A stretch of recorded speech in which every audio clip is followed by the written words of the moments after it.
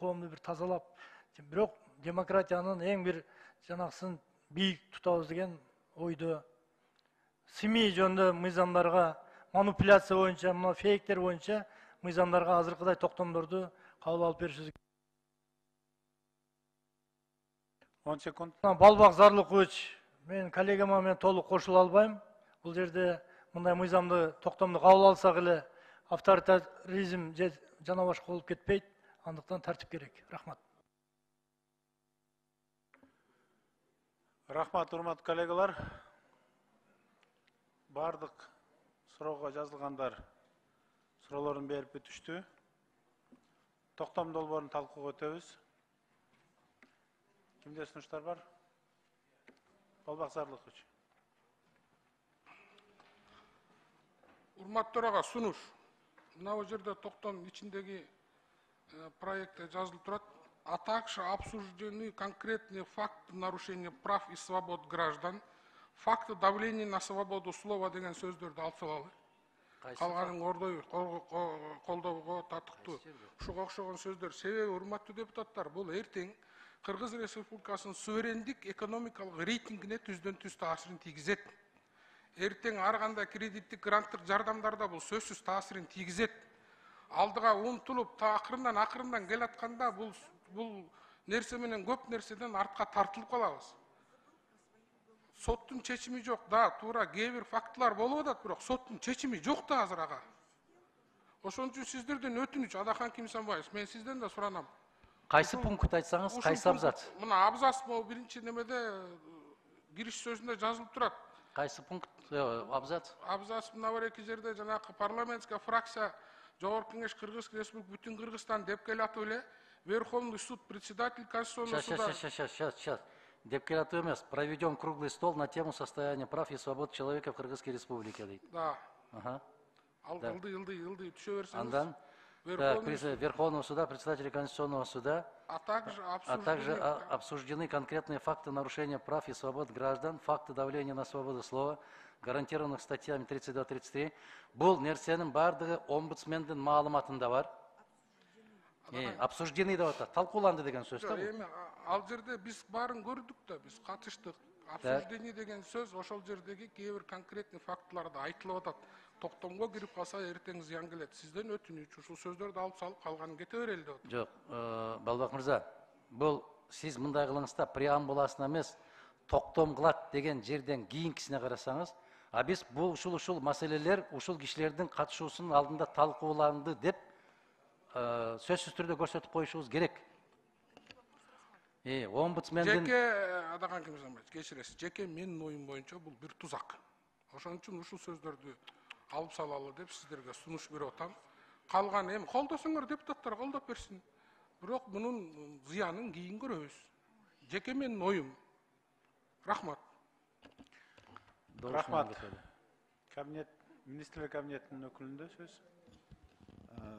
Саламатсызбы, Дайбек уулу. Урматтуу Балбак Зарлыкович, сиз айткан сөздү резолютивдик жакта биз макулбуз. Жанагы постановка жагынан министрлер кабинети жагына берилген.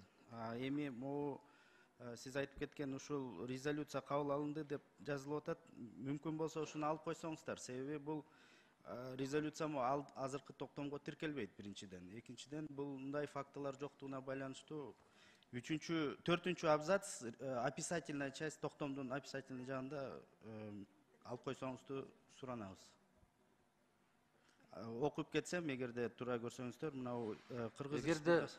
Эгерде биз ар бир сөзүндө мындай калтырап титирей бере турган болсок, урматтуу коллегалар, мындай болуп атат да.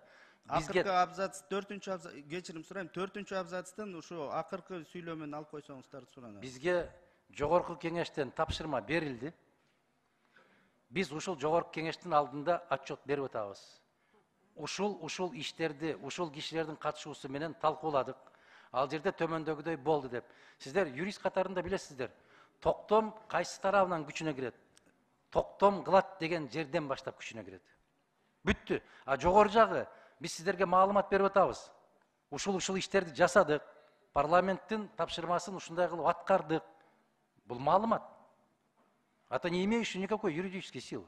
Туура айтасыз, бирок Адахан Кимсанбаевич, тилекке каршы биз бул талкууда жок болуп турбуз. Анан мүмкүн болушунча баягы жанагы жагдайды эске алып, Балбак Зарылычтын сунушун колдоп коюңузду суранабыз. Талкууда, кечирип коесуз, Описательная часть талкууда биздин фракцияга тиешелүү болгон кишилер бүт бардыгы чакырылды. Президенттин администрацияда чакырылды, өкмөт да чакырылды, жогорку сотто, конечно, бүт баары чакырылды.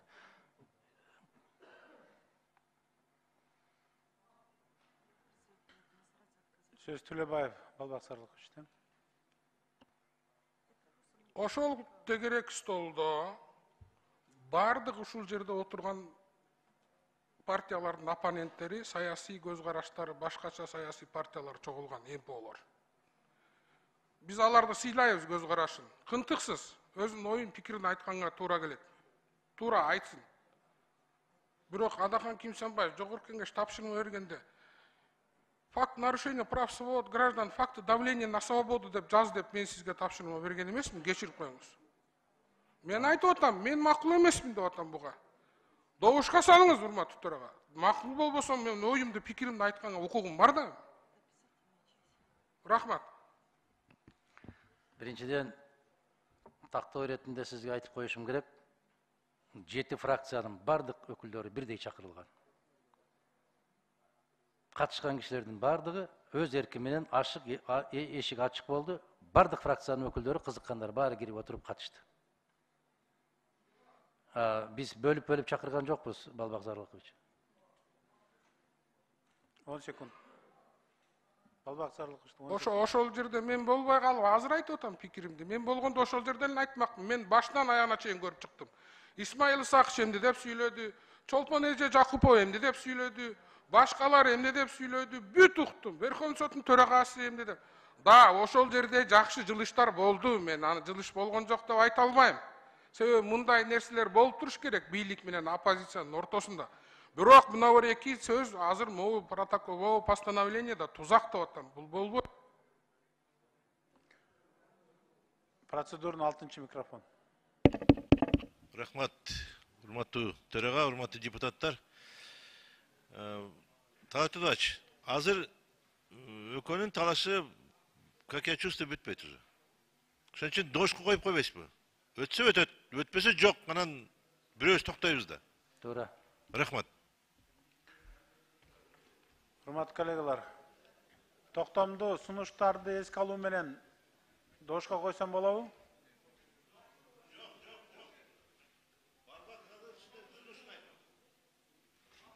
Сунуштарды эске алуу менен азыр бул жерде Балбак Зарылычтан сунуш келип түштү. Министрлер кабинетинин өкүлү түштү. Эгерде карама каршылык болсо, анда өз-өзүнчө коем. Процедурный. 6-чы микрофон. Процедурный. Урматтуу төрага, биринчи негиз катары, анан сунуштар боюнча. Биз ушундай кылганбыз да дайыма эле. Негиз катары кабыл алып, анан уже сунуштарга өткөнбүз да.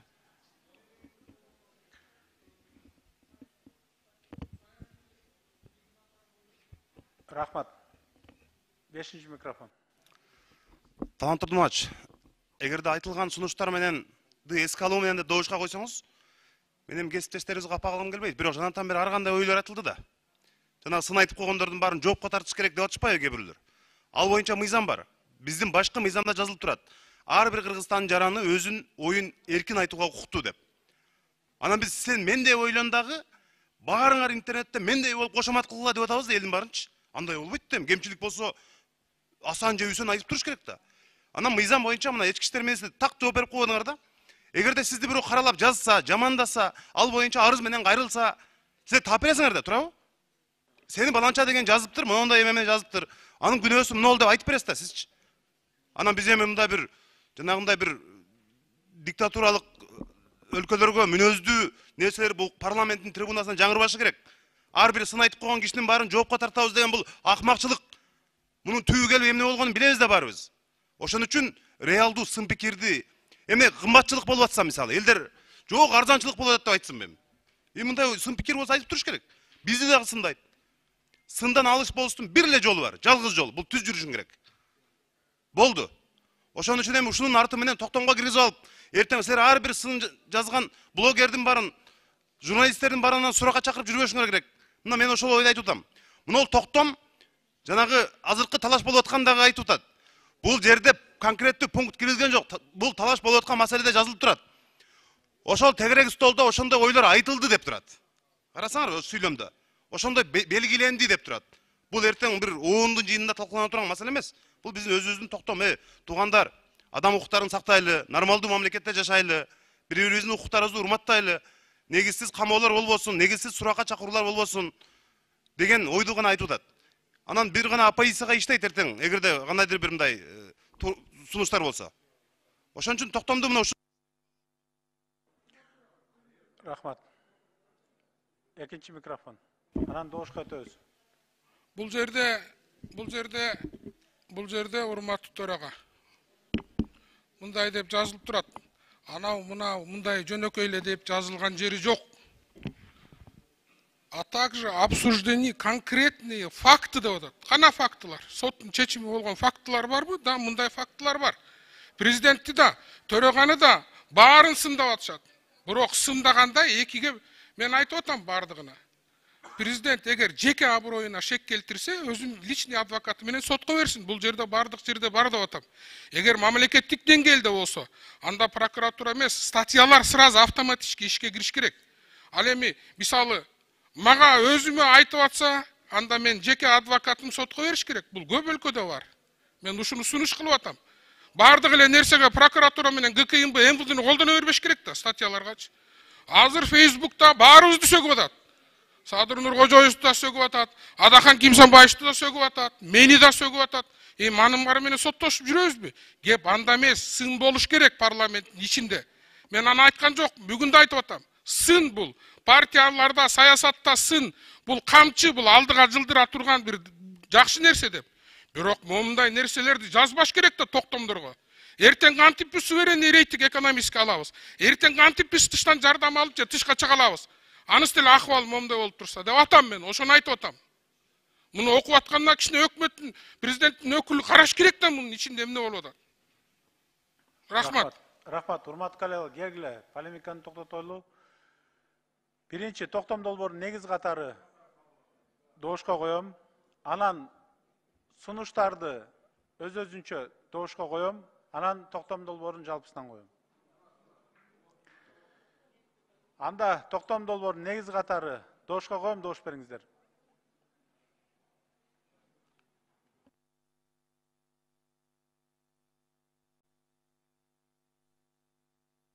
Чакырылгандар бара берсеңиздер болот. Кое тургула. Сунуш барбы? Биз уже токтом долбоорун, булар суроолорго жооп бербейт баары бирчи. Бара берсеңиздер болот. Суроо бүттү да.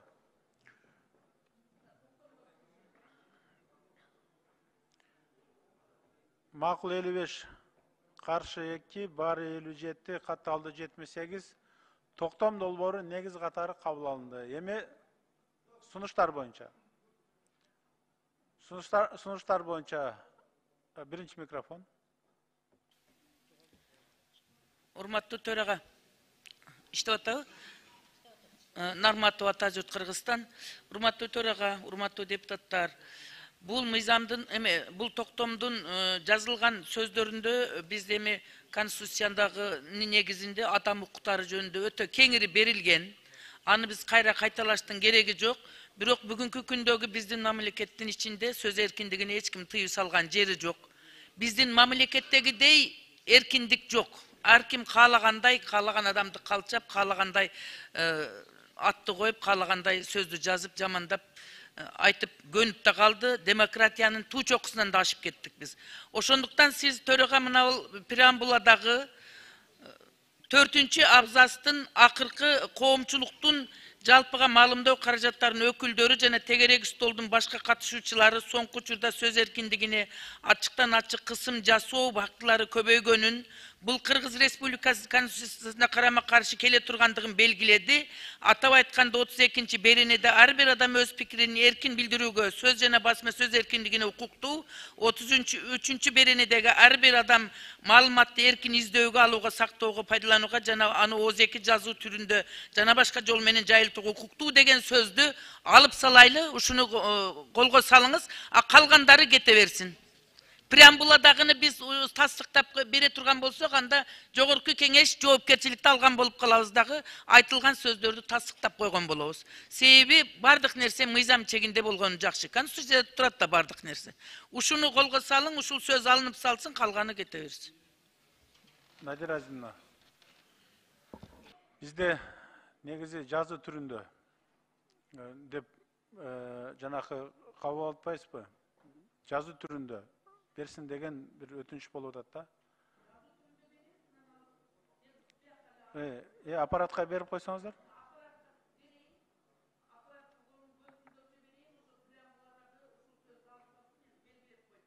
Эске алынсын. Аппарат расмий түрдө алып сунуштарды.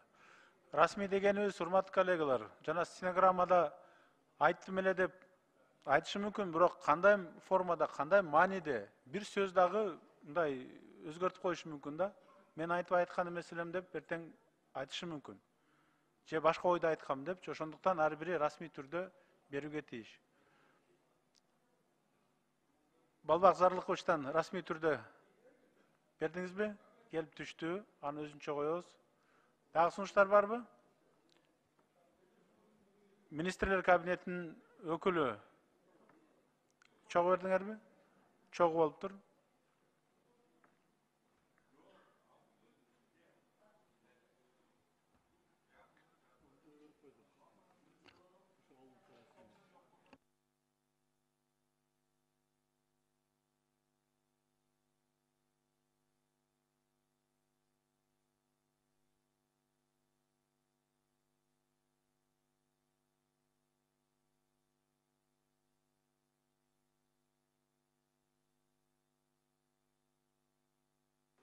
Сунуштар айтылды.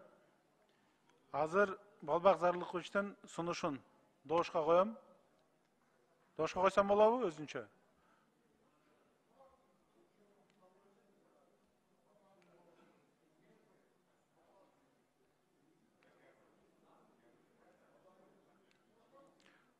Балбак Зарлыковичтин сунушун доошко коем, доош бериңиздер.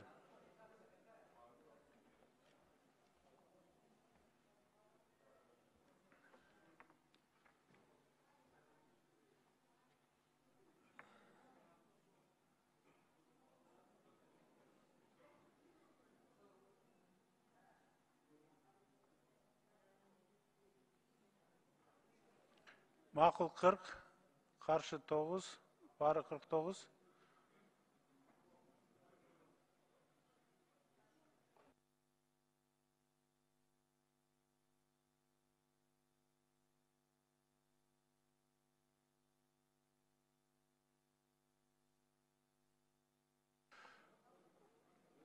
Бул токтом долбоору, жалпы токтом долбоор эмес, бул сунуш өттү. Катышкандардан 78ден 40 макул берди. Сунуш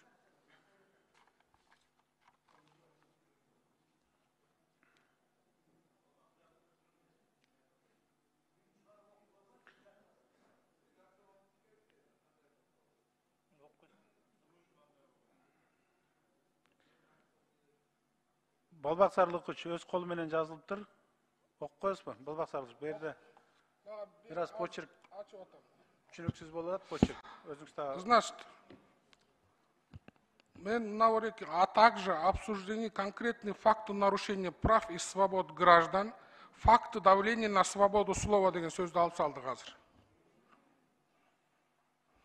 Анан калгандары ошол сөз менен байланышкан калгандары да сөздүн мааниси бузулгандыгы үчүн алынып салынат деген ойдомун. Түшүнүктүү болдубу? Сунуш өттү.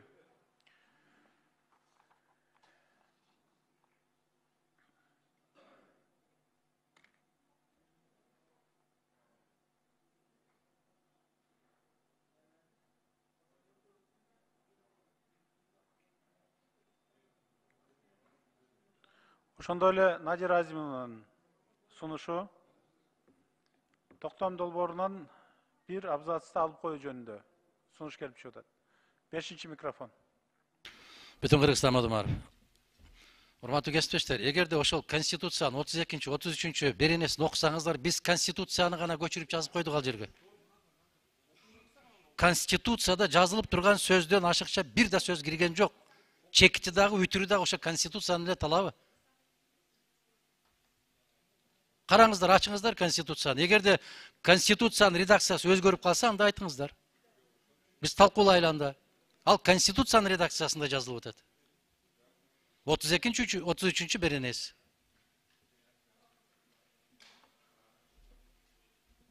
Экинчи микрофон. Конкретные факты нарушения деген Конституцияда жазылып турабы? Барбы ошондой сөз Конституцияда? Конкретные факты нарушения деген. Болсо мен макулмун анда. Конституциянын кайсы беренесинде конкретные факты нарушения деген? Отуруңуз, ордуңуздан. Баяндамачыга, токтом долбоору боюнча. Баяндамачыныкын өчүрбөгүлө, микрофон. Бизде тилекке каршы урматтуу кесиптештер бир сөз айтса, ар бир нерсени өзүбүзгө кабыл алып алат экенбиз да. Жаныбыздагы отургандар сүйлөшүп, көңүлүңөрдү башка жака буруп коюп атат окшойт.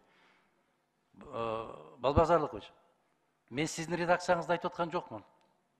Мен мына 4-чү абзацтагы соңку сүйлөм жөнүндө сөз кылып атам. Анан ушул мода болуп калды, сүйлөсөң эле мага тийишип атат мага.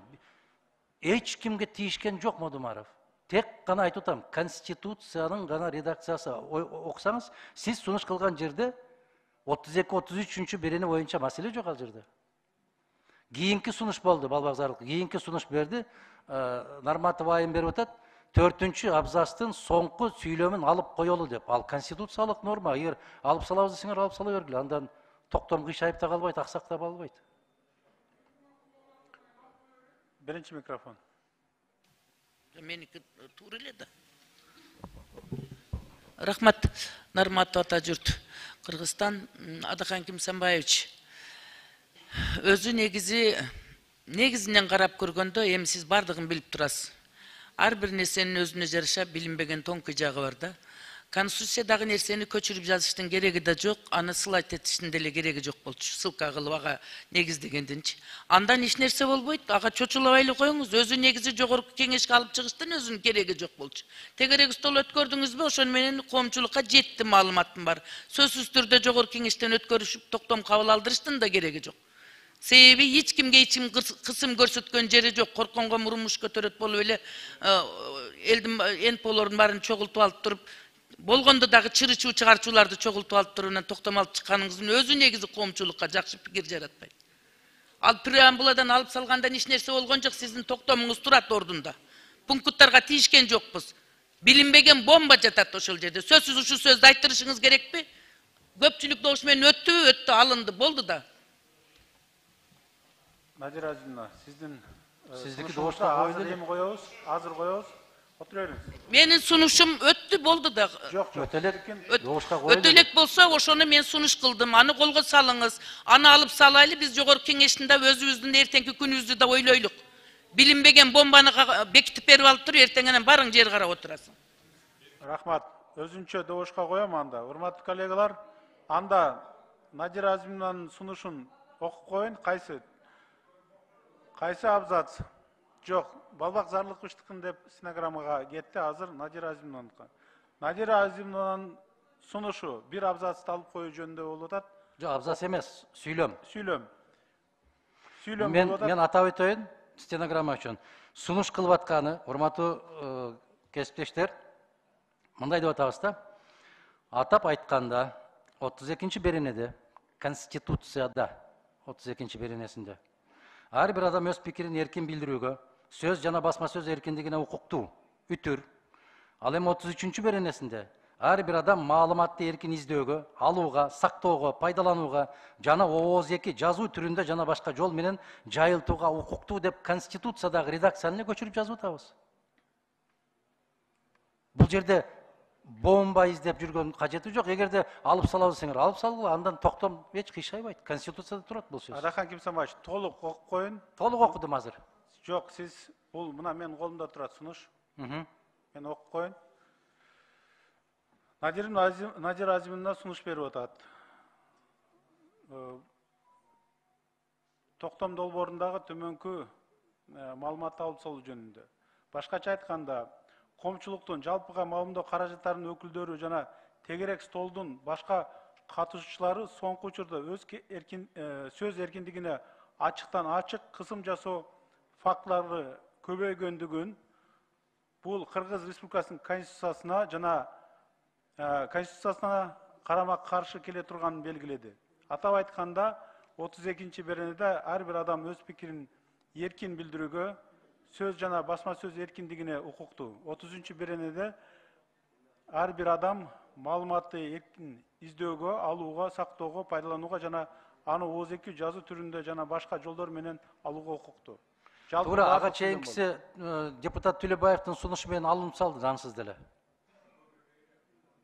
Атап айтканга дегенге чейинки сөздү депутат Төлөбаев сунуш кылды, аны алып салдыңар. Алансыз да алынды да. Каршылык жокпу, Надир Азимовна? Негизи экөө бирдей эле болуп атат. Балбак Зарлыкович, ушул сүйлөм беле? Анда кийинки жанакы сүйлөмдөрдүн кереги жок болуп калат экен да, андачы. Ошондуктан Надира Азимовнанын сунушун добушка коюп чечели, ошондо толугу менен чечилет. Мындай болбоду. Балбак Зарлыкович айтты, ушул сөздөн кийинкиси жокко чыккандан кийин кийинкилерин деле алып саласыңар го деген ойдомун деп бүтүрдү сөзүн. Аны добушка койдуңуз, өттү да, бүттү да. Эки жолу коюп коебуз десеңер, койгула, макул. Мындай, Балбак Зарлыковичтин жанакы астагы жанакы конституцияда көрсөтүлгөн беренелер сунушунда жок. Надира Азимовнаныкында бар. Анда Надира Азимовнаныкын отдельно коюн. Түшүнүктүү болду. Биринчи микрофон. Рахмат. Урматтуу төраға. Балбак мырза мындай өзүнүн түшүнүгү менен айтты да. Мен сөзмө-сөз окуп бердим, стенограммада турат. Ошондуктан экөө бир эле мазмун, ошо толугу мен сызып окуп берген текст толугу менен кетсе болду да. Ошого сапайда этсе, дал келсе болду. Окуп бердим, урматтуу коллегалар. Надира Азимовнанын сунушун добушка коюм, добуш бериңиздер.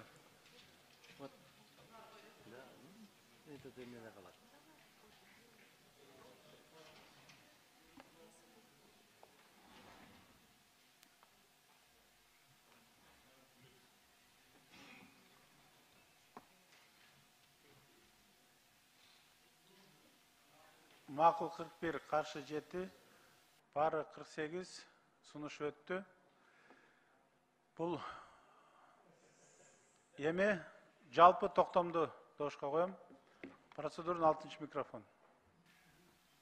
Талант Турдуматович, могул жогорку кеңешке журналисттерди аккредитация кылганда карап туруп, ушул маселени да карасак, депутаттардын баягы жеке өзүнүн аброюн, азыр мынанда Кактус медиа деген жазып тур. Киме Кактус медиа? Депутат Жусупбек Коргонбай уулу заявил, что пользователи интернета не дают ему ни жить, ни работать деп жазып тур. Экичине карабайлы буларды. Мен кайер жерде мени иштетпей атасың, жашатпай атасың деп айттым ушул жерде. Жок. Бул жерде азыр как раз ушул темеде кичине бир мыйзамдуулукту сактап, аккредитация берип атканда депутаттын макул стенограммадан карасын, эмне жөнүндө сөз сүйлөп атат. Бурмалап эле накады уруп кете береби? Качанга чейин сабыр, бир күн.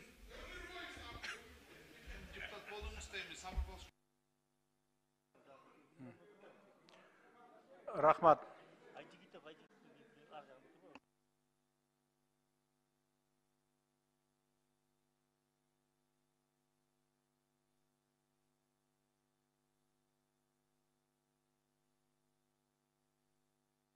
Эми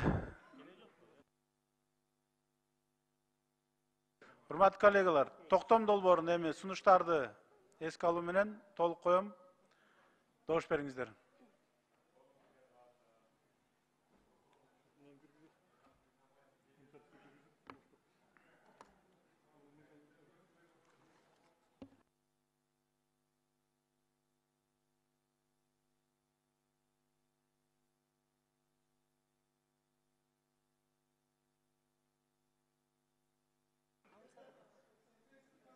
Makul 63, karşı 2, bары 65. Toktом dolboru kabul alındı. Rahmat, hurmatlı kollegalar.